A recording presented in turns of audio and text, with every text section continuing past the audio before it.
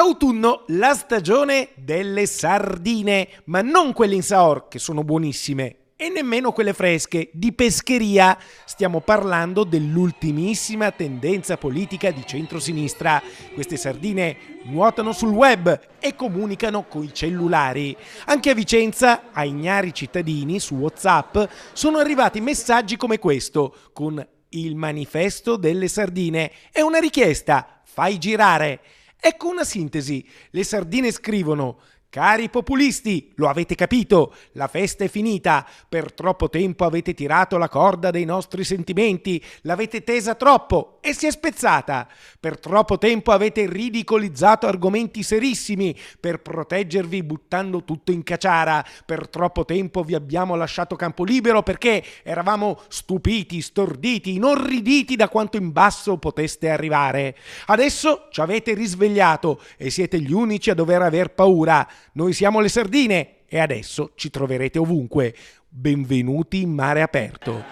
Il messaggio è innanzitutto diretto alla Lega e noi glielo abbiamo portato direttamente, a voce.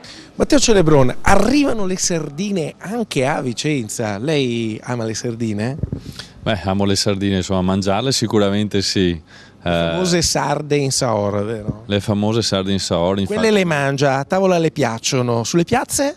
Ma sulle piazze, insomma, finché manifestano liberamente sicuramente sì, ma è quello che chiediamo di fare anche noi come Lega. In certe parti d'Italia purtroppo non c'è permesso, perché sembra che manifestare liberamente, soprattutto in Emilia-Romagna, nella rossa Emilia-Romagna, non sia più permesso, soprattutto a Matteo Salvini.